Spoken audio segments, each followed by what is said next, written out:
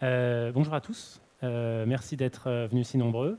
Pendant que tout le monde s'installe, déjà je vais remercier l'équipe des bénévoles et l'équipe du salon IA de Nantes. Et puis mon manager qui m'a encouragé à m'inscrire et à venir vous présenter cette formation, enfin cette conférence, et donc préparer les slides pour cette conférence.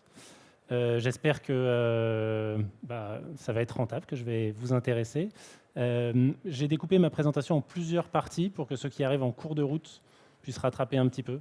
Donc c'est plusieurs cas d'usage de NLP qu'on fait chez Covea que je vais vous présenter. Voilà, je m'appelle Phileas Condemine, je suis lead machine learning engineer chez Covea depuis 3 ans. Et avant ça, en bref, j'ai passé 4 ans en tant que data scientist chez AXA et 4 ans au ministère de la Santé sur des sujets plus recherche et opérationnels liés au Covid. Voilà, forcément. Au ministère de la Santé, ça occupait. Et donc aujourd'hui, je vais vous parler de NLP spécifiquement, qui est maintenant le cœur de mes activités. Donc le traitement automatique du langage naturel pour les francophiles. D'abord, en attendant que tout le monde arrive tranquillement, je voulais vous poser quelques questions auxquelles vous pourrez répondre en levant la main, sans taper votre voisin. Elles sont là, les questions. Donc, est-ce que vous utilisez de l'IA générative pour écrire votre code Python ou R ou SAS? OK. Donc, il y a plus de non que de oui. Attention, vous allez gagner du temps. Enfin, en fait, c'est peut-être parce que vous ne codez pas. Alors oui. Est-ce que vous codez? Alors, qui code mais n'utilise jamais d'IA générative pour écrire son code? Ok, ça va changer votre vie. Vous allez voir, c'est incroyable. Essayez avec ChatGPT, Copilot, ce que vous voulez, ce à quoi vous avez accès. Qui ne connaît pas Hugging Face et la librairie Transformers? Ça va me donner une idée de qui est là pour découvrir, on va dire. Ok, un bon tiers. Donc forcément, il y en aura encore plus. Donc je vais le faire dans l'autre sens. Qui connaît LangChain ou la main index? D'accord, un petit 15-20%, d'accord. Et qui a déjà utilisé de l'IA générative dans un projet d'IA? Donc pas pour créer le code, mais pour faire un projet, résoudre un problème avec de l'IA générative. Ok. Donc pas énormément, donc vous allez, j'espère, beaucoup apprendre. En tout cas, c'est l'objectif. Et puis, on parle parfois d'annotation. Déjà, qui ne sait pas ce que c'est que l'annotation? D'accord, donc je vais quand même vous le rappeler. La notation, c'est tout simplement associer un document, une donnée, à une étiquette ou à une information qui va permettre de qualifier cette donnée et donc de s'en servir pour évaluer, par exemple, une IA sur une tâche, sur la tâche en question, donc de classification, de résumé. Voilà. Et la notation qui va m'intéresser le plus et dont je vais parler aujourd'hui, c'est surtout la classification, puisque c'est le gros des tâches de NLP, c'est classifier du texte. Et donc, qui a déjà encadré des campagnes d'annotation pour produire un modèle de NLP? 3 personnes. OK. Il faudra qu'on parle après, comme ça vous me direz si ça vous fait penser à des choses de ce que je vais vous présenter. Allons-y. Donc, normalement, à la fin de la présentation, vous aurez appris tout ça. Ceux qui sont au fond, je vous en prie, venez vous asseoir. Il y a plein de places. Les premiers rangs sont vides. Celui-là, je pense qu'il est mieux parce que là-bas, vous entendrez le bruit de la conf d'à côté. Mais venez vous asseoir. Il y a des espaces là-bas. Vous verrez, c'est intéressant, j'espère. Voilà. J'en ai recruté certains et fait fuir d'autres. Donc, à la fin de cette présentation, vous saurez qu'est-ce que c'est Covea, comment ça se passe une campagne d'annotation standard pour un projet de NLP, comment choisir entre l'IA générative et une IA plus classique pour faire de la classification. Finalement, un exemple où je couple les deux, de l'IA générative et de l'IA pour la classification, l'IA standard, et comment on peut utiliser l'IA générative pour découvrir plus rapidement, faire une analyse plus rapide d'un corpus sur mesure. Donc vraiment aller découvrir de quoi parle ce corpus-là. Et finalement, on parlera un petit peu à la fin de travaux de recherche qu'on mène dans l'équipe pour mieux paramétrer l'usage de l'IA générative, donc prouver que certaines températures fonctionnent mieux, que certaines langues fonctionnent mieux quand on écrit un prompt et qu'on utilise une IA générative. Voilà, donc vous l'aurez deviné, c'est très ambitieux en 40 minutes. Donc j'espère que je vais tenir. J'ai même timé, vous voyez, chacune des parties. Donc il y aura une partie qui est un petit peu longue, qui est un projet de classification NLP très standard, où je vais en fait parler de tout le déroulé des campagnes d'annotation. Encore une fois, ceux qui sont au fond, n'hésitez pas à venir vous asseoir. Il y a de la place devant.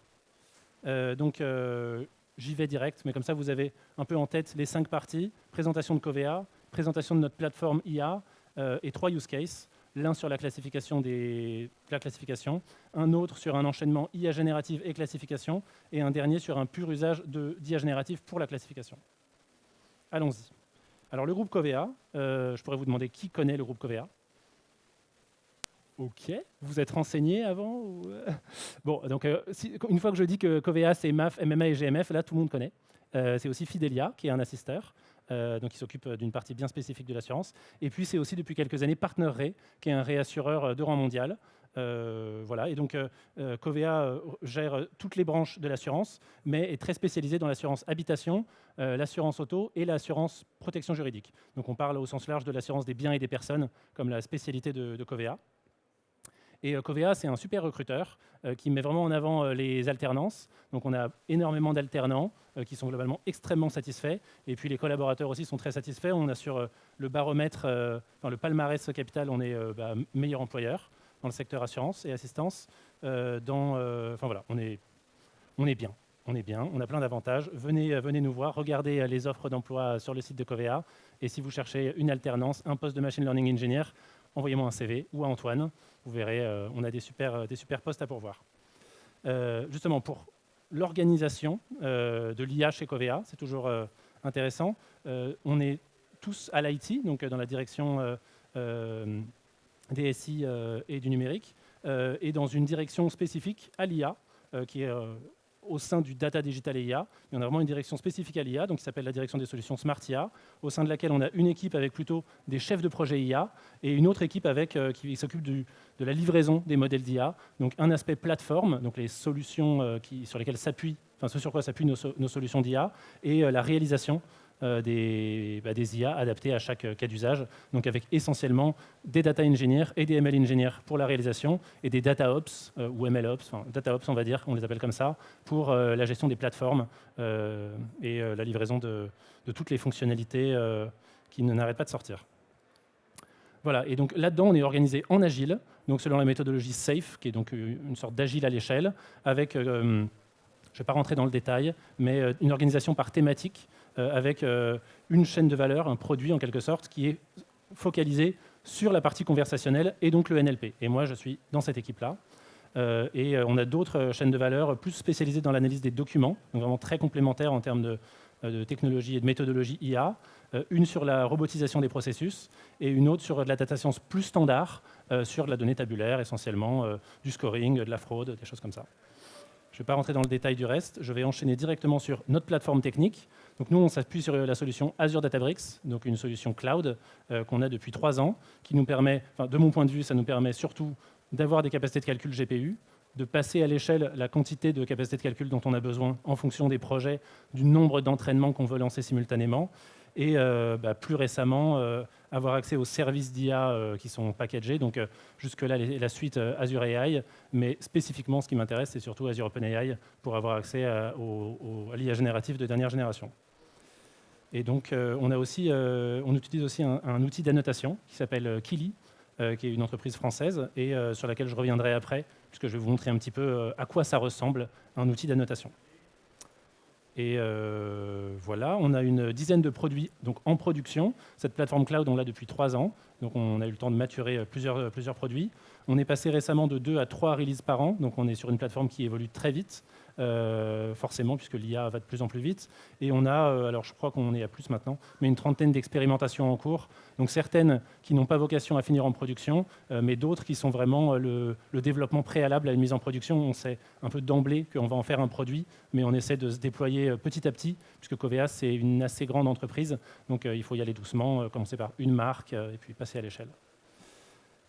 Allons-y pour le premier projet, celui qui va m'occuper le plus longtemps et qui va me permettre de vous parler spécifiquement du travail de la réalisation des campagnes d'annotation.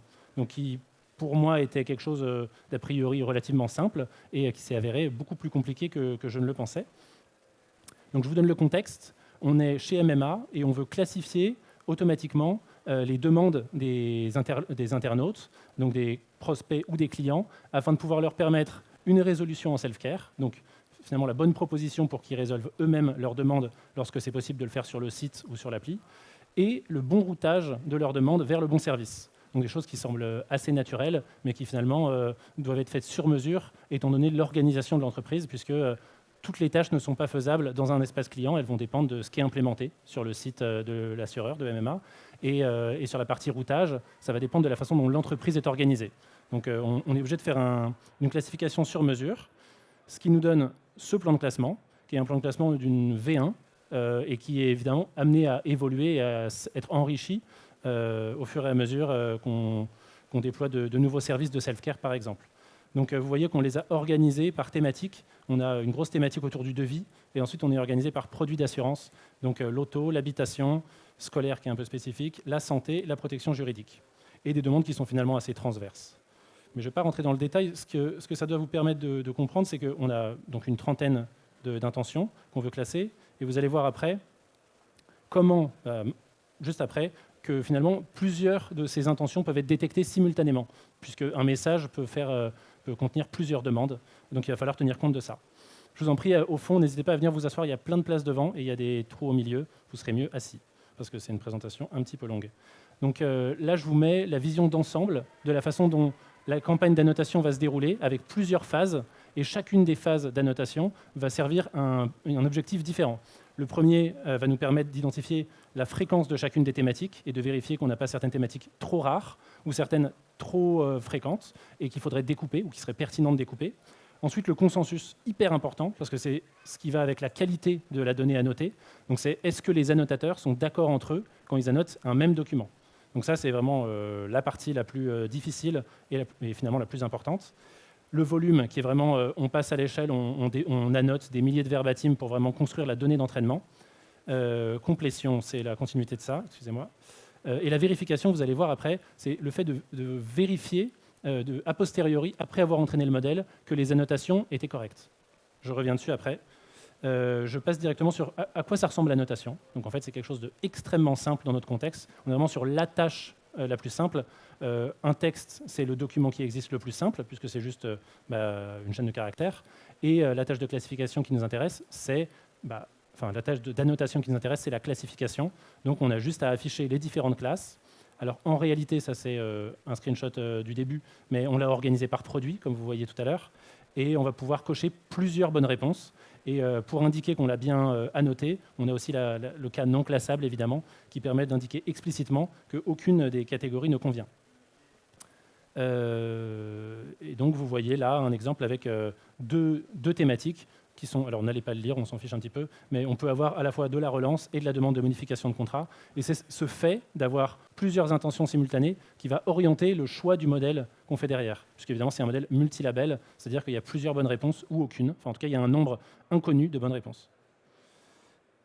Concrètement, donc, l'outil que je vous ai montré avant, c'est Kili, qui est vraiment l'interface qui nous sert à faire la notation, avec lequel on travaille via un SDK, donc une librairie Python Kili, qui nous permet de faire tous les échanges que vous voyez ici, le fait d'envoyer les données dessus, de pousser les pré-annotations, de récupérer les données, d'affecter les annotations à telle ou telle personne, et ensuite, une fois qu'on a récupéré les données annotées, de calculer la performance des modèles, tout ce qu'on veut en faire, et évidemment entraîner les modèles. Donc tout ça, on le fait avec le SDK.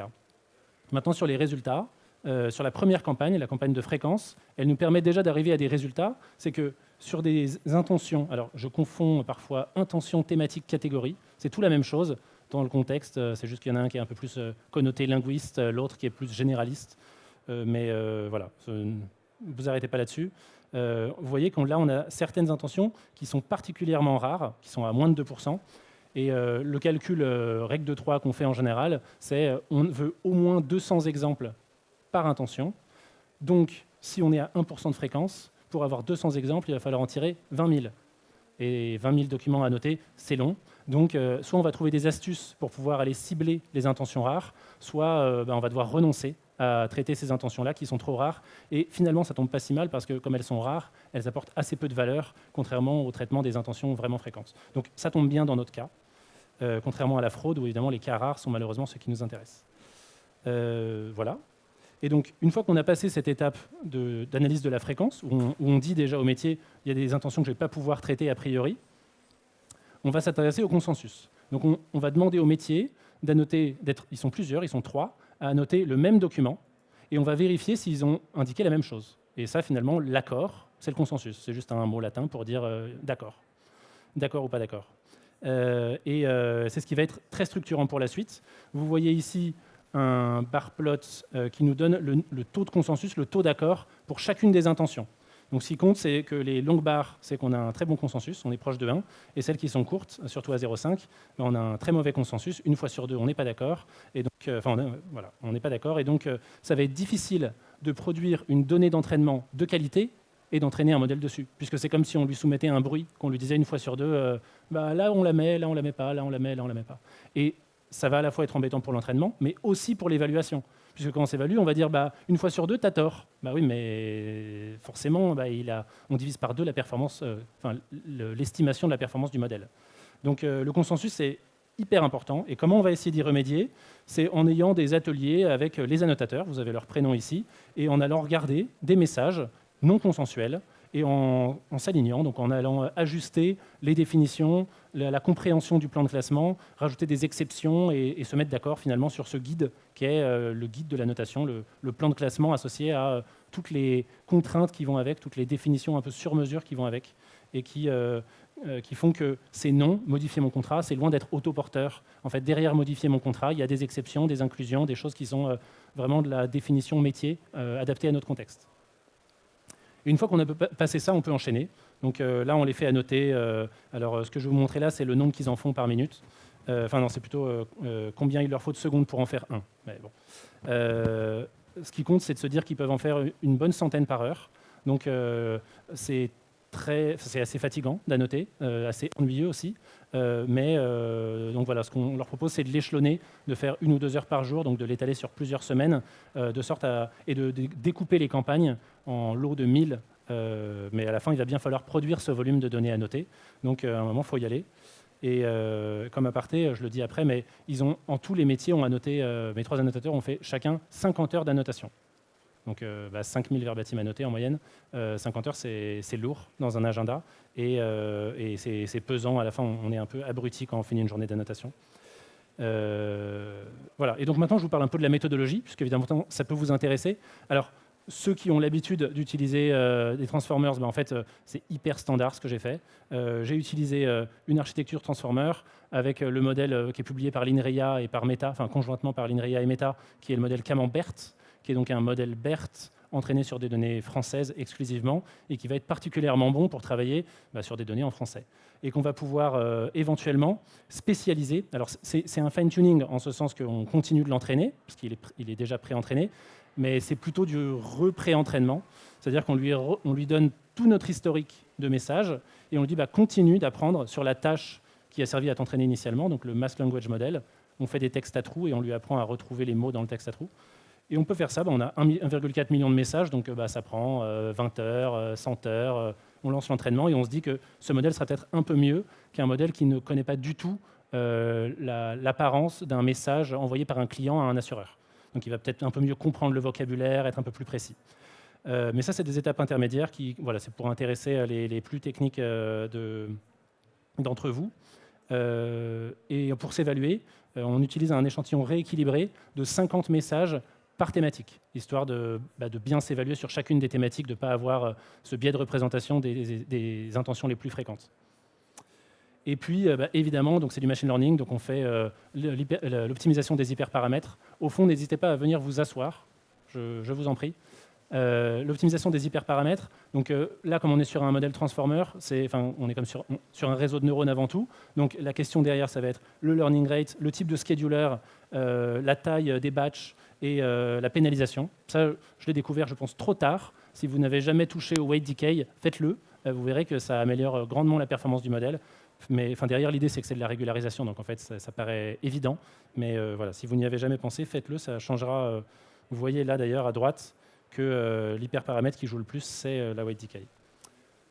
Et l'affichage que vous voyez là, c'est une capture d'écran très simple de MLflow, qui est donc l'interface la plus adaptée pour loguer des modèles qu'on est en train d'entraîner et comparer les performances de nos modèles.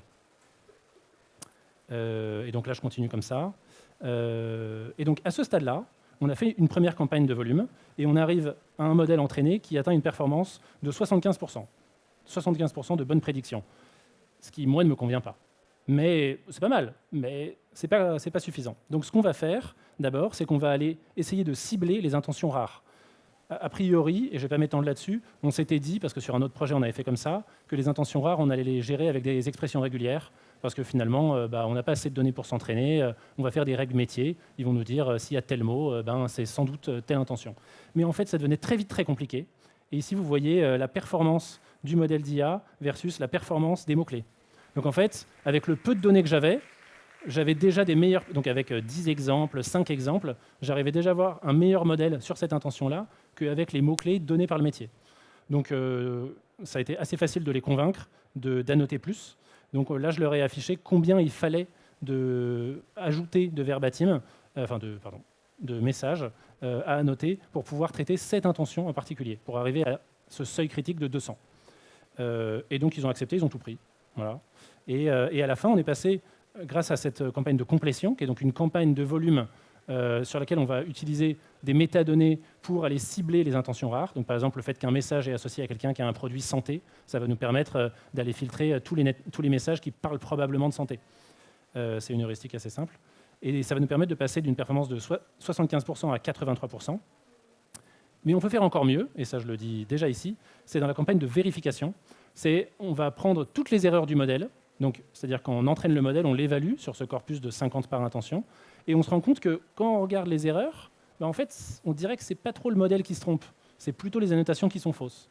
Alors, on renvoie les erreurs aux annotateurs et on dit à un autre annotateur « vérifie ». Et là, c'est quoi notre résultat? En fait, il est écrit là. C'est que dans 52% des cas, l'erreur, donc le désaccord entre le modèle et la donnée annotée, venait de l'annotation, donc venait de l'humain. Donc on est déjà à ce fameux plus de la moitié des erreurs sont humaines finalement. Donc là, on est content. Et on arrive à une performance qui est à 89%. Et on se dit on peut aller encore plus loin.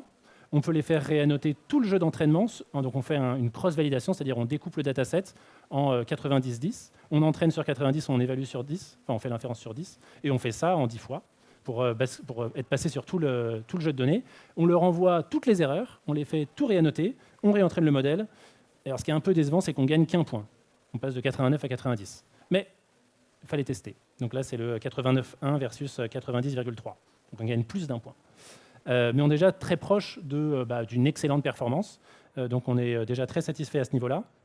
Ce qu'on aura appris pour l'instant, donc là c'est à peu près la fin sur ces campagnes d'annotation, vous n'entendrez plus parler d'annotation pour la suite de cette présentation, c'est cet apprentissage complètement bluffant, hein, moi je ne m'y attendais pas du tout, c'est 52% d'erreurs humaines corrigées, et le fait que finalement, alors que le modèle a entraîné sur de la donnée bruitée, enfin avec des erreurs, il était déjà quasiment aussi performant qu'une fois qu'on le réentraîne sur la donnée corrigée. Donc il y a cette idée de finalement, dans un environnement bruité, le modèle arrive quand même à bien apprendre et à faire la part des choses entre les erreurs humaines et la vérité. Donc ça, c'est un enseignement assez riche.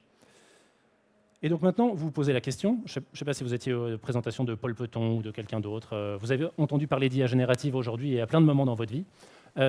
Pourquoi je n'aurais pas fait la classification avec de l'IA générative? Eh bien, j'ai essayé. J'ai essayé pour vous prouver que ça marche moins bien dans ce cas. Et je vais vous raconter comment ça peut marcher bien dans d'autres cas. Donc là, je ne rentre pas dans le détail de tout ce qu'on peut tester pour améliorer le prompt et l'enchaînement de prompts avec mettre en place un agent qui fait la classification. Je ne vais pas vous en parler maintenant parce que je n'ai pas le temps. Je veux juste vous dire que dans ce cas-là, c'était une bonne idée de faire des annotations par des humains et d'entraîner un modèle à l'ancienne, enfin à l'ancienne SO 2020 du coup, plutôt qu'avec une IA générative. Là, et on y a passé du temps, on a écrit le prompt, on a fait définir le prompt sur la base d'exemples, mais je reviendrai dessus après. Donc on a fait classifier par, alors certes, GPT-3.5 Turbo, certes, mais voici la perf qu'il obtient, 65% de F-score, à comparer aux 90% du modèle qu'on a entraîné sur les données annotées. Donc on s'arrête là et on est convaincu, je pense, qu'on n'a pas gagné du temps, mais on a gagné très nettement en performance en prenant la méthode classique pour entraîner notre modèle et en faisant annoter par des humains. Et bon, alors... voilà, c'est mon seul moment, enfin c'est ma seule slide un peu marrante. J'espère que vous la trouverez drôle. C'est que mon camembert, donc ça c'est le logo de camembert, est à la fois extrêmement rapide puisqu'il a juste un feed-forward à faire. Enfin, il a une fois à passer dans le réseau de neurones pour faire la prédiction. Là où mon IA générative, elle doit générer une centaine de tokens pour écrire. Voici la première. Enfin, c'est un chain of thought, donc il doit raisonner. Ensuite, il doit donner les classes et en plus, il se trompe. Donc, à la fois, il fait beaucoup plus d'inférences. En plus, il est 50 fois plus gros, puisque, alors, bon, on ne sait pas combien fait GPT-3 5 Turbo, mais GPT-3, il fait 175 milliards de paramètres. Mon modèle Camembert large, il fait 330 millions, donc il y a un ratio x50 en termes de taille. Il y a un ratio x100 en termes de nombre d'inférences, donc x5000 en termes de consommation. Bah, du coup, on est sur une IA frugale. Certes, c'est un réseau de neurones, on l'a fine-tuné, on a pris des GPU à 100 et tout, mais moi, de mon point de vue, par rapport à une IA générative type GPT, bah, c'est une IA frugale. Donc, je ne sais pas si vous êtes d'accord, mais voilà, ça me va. Et on aurait pu aller plus loin dans le frugal en faisant évidemment du PEFT, donc en allant, mais je ne vais pas rentrer dans ce détail-là. Et en réalité, ça ne changerait pas grand-chose et on aurait une moins bonne performance. Donc, à discuter si vous voulez après la séance. Maintenant, je veux juste pondérer un peu ça en vous disant que dans certains cas, générer les annotations par une IA, ça marche. Et ça marche dans des cas qui finalement sont assez simples, en tout cas dans ce qu'on a pu tester jusqu'à maintenant, dans des cas assez simples. En l'occurrence, et j'irai extrêmement vite dessus, dans un projet qui s'appelle Voxia, sur lequel on a déjà un peu communiqué, c'est l'analyse des verbatims dans des enquêtes de satisfaction client Covea. Donc il y en a, on recueille 500 000 verbatims par an. On voulait savoir quel était le produit d'assurance évoqué dans le verbatim du client. Et pour ça, on a juste écrit un prompt qui explique, voilà, ça c'est l'assurance santé, ça c'est l'assurance épargne, ça c'est l'assurance auto. Est-ce que tu peux retrouver le produit d'assurance évoqué dans le verbatim? Et d'après l'évaluation par un humain, qui a donc vérifié un échantillon de prédiction, eh ben, plutôt très bien. On a un rappel qui est plutôt excellent et une précision, à part sur l'habitation, qui est très bonne aussi. Et donc, ça nous permet, on est tellement bon qu'on peut se dire, bah, cette donnée, je vais m'en servir pour produire de la donnée, enfin, cette IAGène, je vais m'en servir pour produire de la donnée d'entraînement. J'entraîne mon modèle dessus, donc le modèle de tout à l'heure, en revanche, un camembert fine-tuné, et je vérifie que je n'ai pas perdu au passage en performance. Et c'est ce qu'on fait là. Donc on compare notre modèle avec les annotations, et en fait, on est encore meilleur. Alors ça, bon, allons comprendre. Mais donc c'était une bonne nouvelle. Donc on est vraiment sur un exemple où, à la fin, vous allez être confus. C'est-à-dire, juste avant, je vous dis qu'il ne faut pas utiliser les IA génératives pour créer votre donnée d'entraînement. Et maintenant, je vous dis, ça marche super bien. La conclusion, c'est qu'il faut tester. Et c'est pour ça que le métier de Machine Learning Engineer a encore peut-être des années devant lui. C'est qu'il faut tester les différentes approches et voir celle qui marche le mieux. Et ça, c'est les messages clés, finalement. C'est le consensus, c'est hyper important, il faut travailler dessus. La qualité de la donnée d'entraînement, c'est vraiment fondamental. Et puis, l'IA générative versus l'IA classique, faire des campagnes d'annotation, on le fait pas, ça dépend. Il faut tester. Mais essayez d'abord l'IA générative, puisque ça vous prendra moins de temps. Vous évaluez sur un échantillon, vous vous rendez compte que ça ne marche pas, et là, vous basculez sur la deuxième approche. Allons-y sur un autre projet. Est-ce qu'on peut me dire combien de temps il me reste? Il me reste un quart d'heure, c'est ça? 10 minutes même. Non, un quart d'heure? Un quart d'heure. Un quart d'heure, large. Donc un autre projet, j'aurai pas le temps d'aller au bout, mais ce projet est intéressant et il va aller vite. C'est un projet pour la protection juridique. En protection juridique, on doit... en fait, donc la protection juridique, c'est un métier méconnu. Mais c'est une assurance qui vous permet deux choses, d'appeler un juriste pour avoir un conseil, une information juridique, et aussi couvrir des frais relatifs à un litige d'ordre juridique. Et comme le droit, ça couvre tout, et en fait, on a des litiges liés à tout qui sont tous couverts par votre assurance protection juridique. Donc il y a une option, donc si vous ne l'avez pas souscrite, vous ne l'avez pas. Mais justement, tout l'enjeu, c'est de savoir, étant donné le produit que vous avez pris de protection juridique, est-ce que vous êtes couvert? Au fond, n'hésitez pas à venir vous asseoir. Il reste un quart d'heure. Il y a des places qui se libèrent en plus. Donc, venez. Vous m'entendrez mieux et vous verrez mieux les slides. Et donc, finalement, c'est un sujet parce qu'on doit savoir si sur la base d'une déclaration, une déclaration c'est quelque chose d'assez lourd, on est dans un contexte juridique, donc on fournit des pièces, on explique la nature du litige. Donc en fait, derrière, il y a une déclaration, ça fait en moyenne 10 000 tokens, donc 7 000 mots. Donc 7 000 mots, c'est lourd. Et donc, nous, notre besoin, c'est de voir si on ne peut pas avoir une aide à la décision, quelque chose qui va faire gagner du temps aux juristes en deux étapes. D'abord, lui fournir le résumé de la déclaration, et ensuite lui dire, d'après notre IA qui a été entraînée sur les décisions de l'ensemble des juristes sur les 4 dernières années, est-ce qu'on pense que c'est garanti ou pas? Donc, est-ce que ça rentre dans les conditions générales, dans les garanties du contrat ou pas? Donc, on l'a fait d'abord sur un périmètre, la consommation immobilière. Je ne rentre pas dans le détail. Et, oh là, j'ai des réunions, il paraît. Et donc, on a mis ça en place. On a nos déclarations, donc qui sont, par chance, dans la GED, donc la gestion électronique des documents, sous format PDF. Donc au moins déjà c'est bien, on a un seul format de données. Mais en revanche, c'est du manuscrit et c'est tout du scan. Donc on ne va pas extraire le texte facilement. Il nous faut une OCR. Mais heureusement, on est sur Azure, donc on a les meilleurs OCR du marché qui lit aussi des données manuscrites. Et l'autre bonne nouvelle, c'est que même si l'OCR sur les données manuscrites, parfois il se passe des trucs dingues, genre la façon dont on écrit, il hallucine, enfin il voit des lettres que quand on regarde a posteriori, on se dit ah ouais, notre cerveau a corrigé le fait que cette personne écrit mal en cursif, mais c'est vrai que c'est écrit ça. Et ben, l'IA Gen, comme elle raisonne par token et qu'elle regarde le contexte et tout, ben, en fait, elle voit que c'est pas cohérent ces lettres qui veulent rien dire. Donc en fait, quand je vais faire l'étape d'après, après l'OCR, le résumé, ben, je vais être complètement robuste à ces erreurs de lecture de documents manuscrits. Et donc, mon résumé va plus ressembler à du bon français que la décla qui a été OCRisée, qui contient des mots qui n'appartiennent à aucun vocabulaire. Donc ça, c'est quand même la puissance du truc. Et donc finalement, avec ce résumé, on passe de 10 000 tokens à 200 tokens. Du coup, ça rentre dans le contexte d'un camembert, enfin, d'un petit modèle de langage. Et donc, je peux faire fine-tuner, comme tout à l'heure sur le projet NetMessage, fine-tuner, ou sur les deux projets d'avant, je peux fine-tuner un modèle binaire qui va me dire garantie ou pas garantie, ou je ne sais pas, mais garantie ou pas garantie. Et voilà. Et donc là, on est en train d'enchaîner. Alors, il y a l'anonymisation au milieu, mais je ne vais pas rentrer dans le détail, mais OCR, résumé, classification, boum. Évidemment, vous posez la question, est-ce qu'il vaudrait mieux demander à l'IA générative de se positionner directement et de dire, voici les conditions générales, voici la décla, c'est garanti ou pas? On a commencé par ça, et c'est une catastrophe. Alors à l'époque, on était sur GPT-4, on n'avait pas 4O, O1, tout ça, mais GPT-4, échec total. Donc en revanche, le fine-tuning sur les données historiques, incroyable. Donc voilà, on est content. Je vais juste faire un petit deep dive sur une partie, c'est que les documents, ils font en moyenne 10 000 tokens, mais en fait, ils font parfois 100 000 tokens. Et donc, avant qu'on ait GPT-4o, on était limité à 16 000 tokens max avec une version du déploiement de GPT-3.5 Turbo. GPT-4, on avait la version 32 000 tokens, mais c'était beaucoup trop cher pour faire un résumé avec. Donc, on était limité à 16 000 tokens. Et donc, comme ça, avec 16 000 tokens, on ratait 25% des déclats, qui en plus sont les déclats les plus longues, donc les plus longues à traiter par le juriste, donc celles où on a le plus besoin d'un résumé. Et donc ce qu'on a fait, ça c'est juste pour l'acculturation, mais tous ceux qui connaissent LangChain savent que ça existe. Et ce qui est rigolo, c'est la petite digression pour ceux qui étaient déjà là il y a 10 ans. C'est le MapReduce, dont on parlait tout le temps quand on faisait du big data. Et ben, en fait, le MapReduce, on l'a repris pour les chaînes d'IA générative. On découpe la tâche à résumer, en faisant des résumés intermédiaires. Alors moi, c'est simple, j'ai des documents. Donc je résume chaque document, et ensuite, je fais le résumé des résumés des documents.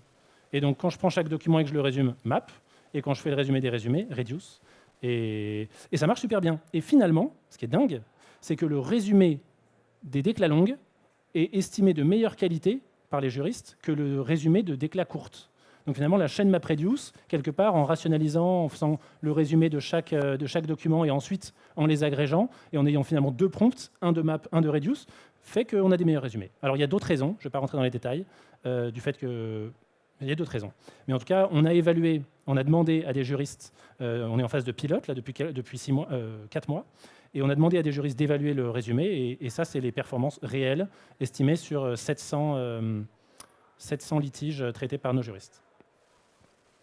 Et donc, à retenir, je crois que... Non, je n'ai pas manqué de temps. Finalement, ce qui n'était pas tout à fait attendu, c'est que ce qui intéresse le plus les juristes, c'est le résumé, parce que ça leur fait gagner du temps. Ils ont une première prise de connaissance du litige. Ils se rendent très vite compte si c'est hors sujet et qu'en fait, on s'est trompé de dominante, ce n'est pas de la conso IMO. Et ils peuvent se servir de ce résumé pour répondre aux clients. Donc finalement, ils ont déjà les éléments rédigés, ils ont juste à corriger un peu, compléter. Ils ont déjà les éléments rédigés pour répondre aux clients. Donc rien que ça apporte énormément de valeur pour eux. Et ce n'était pas ce qu'on imaginait à la base. Et aussi, l'autre chose sur laquelle je n'ai pas beaucoup insisté, c'est l'importance, comme c'est des étapes qui s'enchaînent, il faut un bon résumé pour que le modèle de classification marche. Et ça fait partie de l'acculturation de nos juristes, ils doivent comprendre qu'ils ne doivent regarder le positionnement garanti, non garanti de l'IA que si ils ont vérifié que le résumé était pertinent. Parce que parfois, dans 15% ou 20% des cas, le résumé, il ne marche pas, il n'est pas pertinent, ou il est partiellement pertinent. Et donc, dans ce cas-là, oubliez la prédiction de l'IA. Et ça, c'est un exercice qui n'est pas intuitif pour eux, de comprendre que ça s'enchaîne. Voilà. Et donc, il me reste combien? 10 minutes, génial, je vais tout couvrir. Est-ce que je vous ai un peu assommé? Vous voulez, je sais pas, on fait un jeu? Non, vous êtes encore avec moi? J'espère que le fait de traiter plusieurs petits use cases, ça vous permet d'avoir plusieurs pistes de réflexion, de vous nourrir de... Enfin, ça peut intéresser tout le monde, il y en a pour tout le monde comme ça. Mais vous me direz, de toute façon, je crois qu'il y a une enquête de satisfaction après. Donc, je demanderai à GPT-4 de lire vos commentaires. Et justement, qu'est-ce qu'ils disent? Alors, on donne des petits noms rigolos. Qu'est-ce qu'ils disent? C'est donc un accélérateur de la chaîne de valeur, enfin de SmartIA, donc de notre direction. Un grand mot pour dire que c'est quelque chose qui, en l'occurrence, c'est une librairie Python qui nous permet d'accélérer grandement une tâche qui est toujours la même, qui est j'ai un corpus de verbatim, de texte, globalement c'est du texte. Je veux savoir de quoi il parle. Et une fois que je sais globalement de quoi il parle, je veux savoir spécifiquement de quoi chaque texte parle. Donc il y a bien 2 étapes, identifier les thématiques et ensuite les appliquer à chacun des textes. Donc finalement, c'est surtout faire une boucle, la valeur ajoutée. Mais bon, à part ça, et enchaîner 2 étapes. Et alors, quand on le raconte au métier, on leur dit, vous pourriez faire la première étape vous-même. Ils ont tous accès à Copilot, donc à la version, le chat GPT de Microsoft, enfin de Bing. Voilà. Et donc, ils peuvent prendre des documents, les balancer dans le bloc-notes Copilot et dire de quoi ça parle. Et ça peut leur répondre, voici les thématiques et leurs définitions. Et à la fin, ils nous disent, j'ai ces thématiques, ces définitions, j'ai 10 000 documents. Tu peux boucler dessus et me dire chaque document de quoi il parle. Et c'est ce qu'on fait. Et on peut aussi le faire directement en partant du document brut. Donc nous, on prend les documents. En plus, on leur ajoute des trucs à valeur ajoutée, genre on leur fait une LDA et on met les résultats de la LDA dans le prompt. Mais bon, ça c'est pour frimer. En réalité, parfois c'est mieux, parfois ça ne change rien. Donc autant essayer. On découvre les thématiques, on les extrait, on utilise là on prend GPT-4 parce qu'on n'a qu'un seul appel à faire, donc open bar. Là en revanche, s'il y a 1000 documents ou 10 000 documents, on prend un modèle moins cher, donc plutôt GPT-3.5 Turbo. Et le jour où on aura GPT-4 mini, 4 au mini, on le prendra, mais pour l'instant on l'a pas, pauvre de nous. Et on s'en sert pour faire la classification, donc la boucle. Et le fameux truc qui tout à l'heure marchait pas sur NetMessage, mais marchait sur Voxia. Donc, ce que ça veut dire, c'est qu'après, il faut vérifier. Il faut donner un échantillon au métier et leur dire, vous pouvez vérifier que la classification, elle s'est bien passée. Et là, on est bon. Et donc, là, c'est l'endroit où je vous raconte qu'on prend les verbatims, on fait une LDA, on écrit un prompt, parce que même si Paul Peton dit prompt engineer n'est pas un métier, c'est une compétence.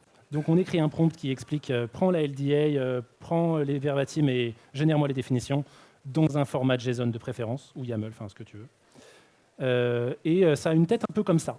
Alors ceux qui ont des extrêmement bons yeux pourront décrypter, il y a des blocs, le rôle, les questions possibles dans ce cas-là. Donc ça veut dire que ce prompt, finalement, je peux le paramétrer un peu. Si je sais globalement de quoi devraient parler les documents, je peux lui raconter, ces documents, en fait, c'est des verbatims qui répondent à 4 questions.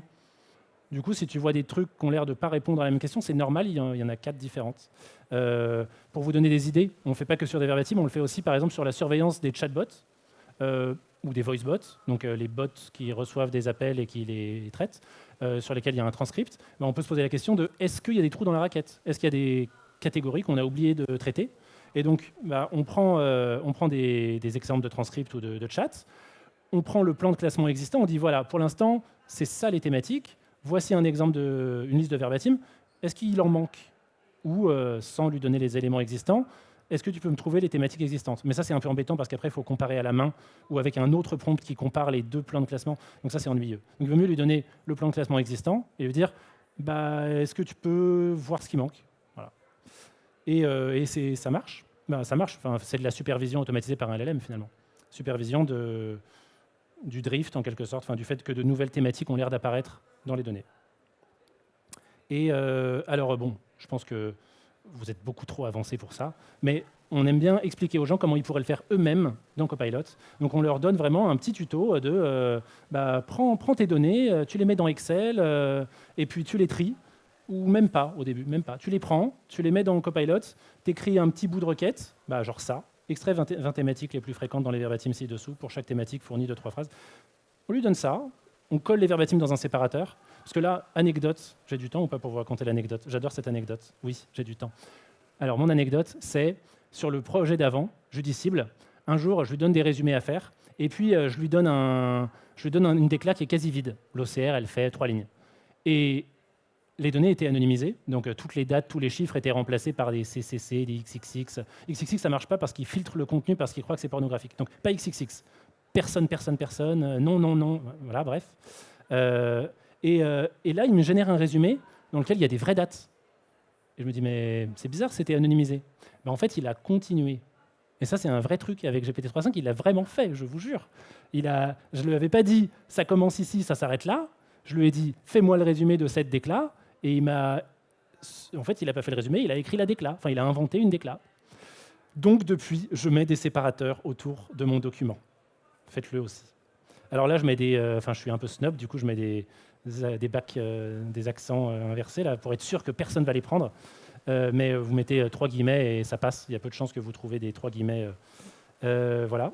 Et donc, ensuite, on leur propose d'aller un peu plus loin. Peut-être qu'ils peuvent essayer d'enlever les verbatims qui servent à rien, ceux qui sont très courts, ceux qui sont vides, et d'anticiper, de savoir quand est-ce qu'on va arriver à la limite de 18 000 caractères qui est imposée par Copilot, et du coup de faire une somme cumulée. Enfin, des choses très simples, mais en gros, si vous les prenez la photo, expliquez-le à vos métiers, et ça va leur plaire normalement, puisque ça leur permet de gérer eux-mêmes sur leurs petites enquêtes. Alors nous, ceux à qui ça plaît le plus, évidemment, c'est la com interne qui organise des événements, envoie des questionnaires, veut analyser, veut savoir de quoi ça parle.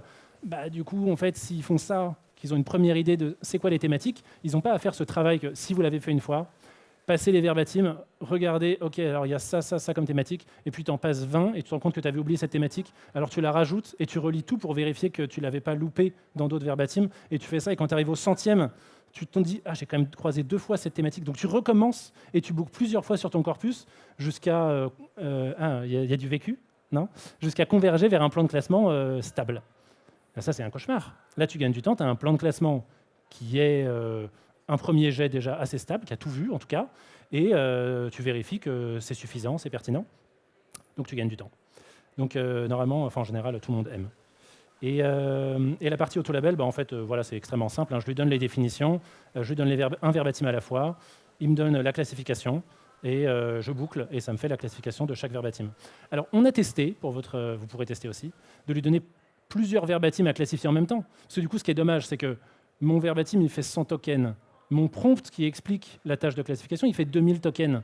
Du coup, je paye vachement cher pour rien à chaque fois. Alors, on pourrait essayer de mettre 10 verbatims à la fois. Et il se plante complètement. Il en oublie. En fait, on s'est rendu compte, et vous me direz si vous avez fait la même expérience, que plus on lui donne des tâches, plus il est feignant. Il est synthétique, en quelque sorte. Donc, c'est comme si on lui disait tu as telle capacité pour répondre, enfin tel budget pour répondre, tel crédit pour répondre. Si j'ai une question à laquelle répondre, je vais prendre mon temps. Et si j'ai 10 questions auxquelles répondre, je vais faire un mot par question. Vous voyez l'idée ? Lui, il fait ça aussi. Enfin, lui. L'outil, comme disait Scheherazade. Elle est là ou pas, Scheherazade ? Non. Ce n'est pas une personne, l'IA générative, d'accord ? On est d'accord. Et puis, si je ne suis pas au bout, je suis au bout ou pas ? Sinon, j'ai un dernier truc que je vous dis. Je peux vous le dire en 1 slide ou en 5 slides. Il me reste 2 minutes, je vous le dis en 2 slides. On a fait des expérimentations. On voulait savoir quelle était la bonne température et quel était le bon langage. On nous avait dit, si la tâche est rigoureuse et que tu veux qu'elle soit reproductible, mets une température à 0. Alors, je mettais la température à 0. Et puis un jour, je vois quelqu'un qui mettait la température à 0,1, 0,01. Je me dis, on va vérifier tout ça. Et finalement, alors je vous donne, long story short, tous les résultats. La température qui marche le mieux pour la classification, dans notre cas, 0,3. 0,3, c'est élevé quand même. 0,3. Et vous allez voir visuellement après. Qui n'est pas la même température que celle de génération des définitions, qui elle est de 0,1. Dans les deux cas, on est sur... limite, celle-là, c'est une tâche un peu plus créative. Enfin, je ne sais pas, créativité, il faut définir. Mais en tout cas, la tâche de classification, 0 créativité, température 0,3. Identification des thématiques et écriture des définitions, un peu plus créatif quand même, 0,1. Donc là, encore une fois, la conclusion, ça sera toujours la même, c'est il faut tester. Je vous montre à quoi ça ressemble dans notre cas. Nous, on fait les choses bien, on fait des intervalles de confiance empiriques. Alors, je ne sais pas si ça vous parle. Mais ce dont on s'est rendu compte, c'est que si je fais 10 inférences avec le même prompt sur le même verbatim, avec la même température, j'ai 10 résultats différents. Autrement dit, le consensus du LLM avec lui-même n'est pas de 100%. Et donc, c'est ce qui nous amène à ces intervalles de confiance. C'est qu'on a fait 20 itérations de on dit autolabel, nous, on aime bien l'anglais, le latin, autolabel. Et on a cet intervalle de confiance empirique. Donc, on a entre une classification et une autre, à même température, avec le même prompt sur le même verbatim, une variation entre 71 et 74% sur la perf. Si vous pouvez m'expliquer pourquoi, du coup, je suis preneur. Et donc, pour montrer qu'une température est mieux qu'une autre, il faut que la borne inf de l'intervalle de confiance, qui a l'air d'être la meilleure température, soit supérieure à la borne sup de l'intervalle de confiance de la température qui a l'air moins bien. Vous me suivez? En gros, il faut que si je trace un trait à 0,7, eh ben, cette borne sup, elle soit en dessous de cette borne inf. Et c'est le cas. Et on n'a pas triché. Hein. On est statisticien, mais on n'a pas triché. Et donc, là, on a prouvé que la température 0,01 était significativement moins performante que la température 0,3. Et ce, en tenant compte de l'instabilité intrinsèque du LLM. Et d'ailleurs, Paul Peton est-il là? Non, dommage. Tout à l'heure, il parlait de l'évaluation par le LLM, et du coup se pose la question de si je m'évalue avec un LLM, est-ce que si je m'évalue 10 fois avec le même LLM, j'ai 10 fois la même réponse? On verra. La réponse est non, du coup, vous l'avez compris. Mais c'est à vérifier. Donc il faut s'évaluer 10 fois avec le LLM, pas une fois. Et donc ça, c'est une conclusion. Et l'autre, qui est essentiel, et je m'arrête, c'est le choix de la langue. Alors là, vous ne pouvez rien lire. Donc je reviens sur cette slide-là. Voilà. On s'est posé la question de dans quel langage faut-il écrire le prompt. Mes verbatims, ils sont en français. Moi, j'écris un peu mieux en français qu'en anglais. Et du coup, est-ce qu'on fait l'effort de traduire? Est-ce qu'on l'écrit directement en anglais ou est-ce qu'on le fait traduire? Eh bien, on l'écrit en français, on le fait traduire par GPT-4, on le donne à GPT-4 pour qu'il fasse la définition des thématiques et la classification. Et c'est mieux. C'est mieux. Je crois que j'ai un graphique. Non, j'ai pas de graphique. Non, faites confiance à vos yeux. Là, vous avez un moyenne et un IC1, ICE, intervalle de confiance 1 et 2, donc la borne inf et sup. Et on montre que la combinaison prompt en anglais, message dans la langue originale fonctionne mieux que prompt en français, message en français, ou, pour une autre raison, prompt en anglais et message en anglais. Message en anglais, c'est parce qu'on les traduit, donc on perd de l'information, donc en fait on dégrade la qualité du verbatim. Français-français, c'est ce qu'on voulait montrer, hein, c'est que écrivez votre prompt en anglais, parce que le modèle il est entraîné sur 90% de données en anglais, donc globalement, il est plus subtil en anglais. Et en particulier, quand votre tâche, c'est, parce que là je suis passé vite dessus, mais c'est auto-define, c'est prendre des exemples, donc vraiment du few shot, du few shot au sens où on l'entend, si on généralise un peu. Je te donne 10 exemples, écris-moi la définition de cette thématique sur la base de ces 10 exemples. Tu prends ta définition et tu t'en sers pour classifier. C'est ça, le truc à température à 0,1, auto-define, génération là. Et bien là, donc du coup on a un méta-prompt qui est le prompt d'écriture du prompt, enfin des instructions du prompt. Et bien tout en anglais. Voilà, vous repartez d'ici, vous faites tout en anglais, vous testez la température, vous lancez plusieurs fois et on sera d'accord. Voilà, j'ai fini. Et si vous avez des questions, je reste là après ma presse.